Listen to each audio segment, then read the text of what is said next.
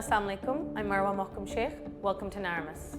When Israel struck Qatar, home to America's largest base in the Gulf, it wasn't just an attack on a neighbor.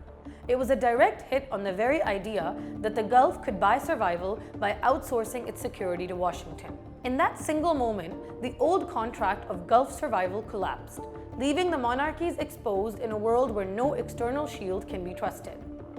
So what will happen now? Will the Arabs move closer to Iran after an Israeli strike on Qatar? At first glance, it feels contradictory. Haven't the Gulf monarchies long feared Tehran? Yet when a US base in Qatar cannot prevent aggression, and when Israel itself becomes the attacker, the old assumptions collapse. If America cannot guarantee survival, and Israel actively undermines it, then the Gulf rulers must ask, who can they no longer afford to fight with? The uncomfortable answer is Iran. Not out of brotherhood, but out of hard survival logic. But why would Israel take such a reckless step, knowing it risks breaking the very Abraham Accords it celebrated? Some in Tel Aviv may see fear as the best deterrent. By striking, they remind Gulf monarchies that security runs through Israel. Others may see it as a way to expose Washington's weakness, showing that the US cannot even protect its biggest Gulf base.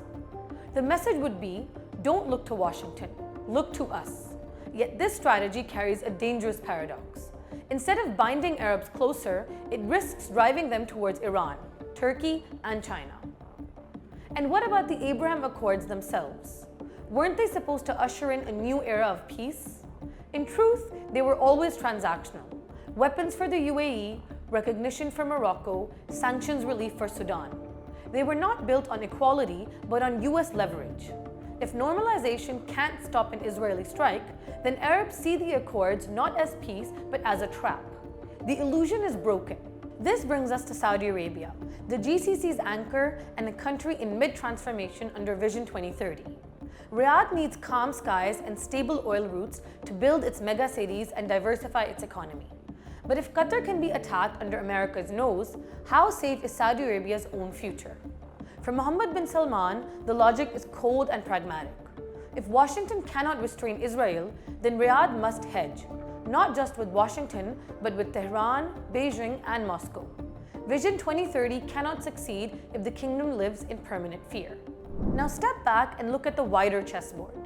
In the rivalry between the US and China, the Middle East is not a side stage.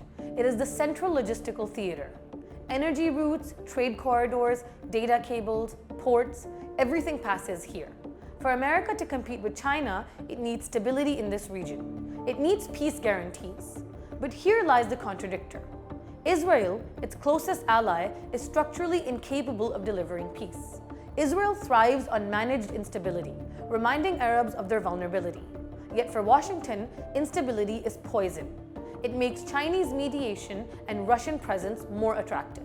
So the US needs calm, but Israel produces chaos. The Arabs need guarantees, but America looks overstretched.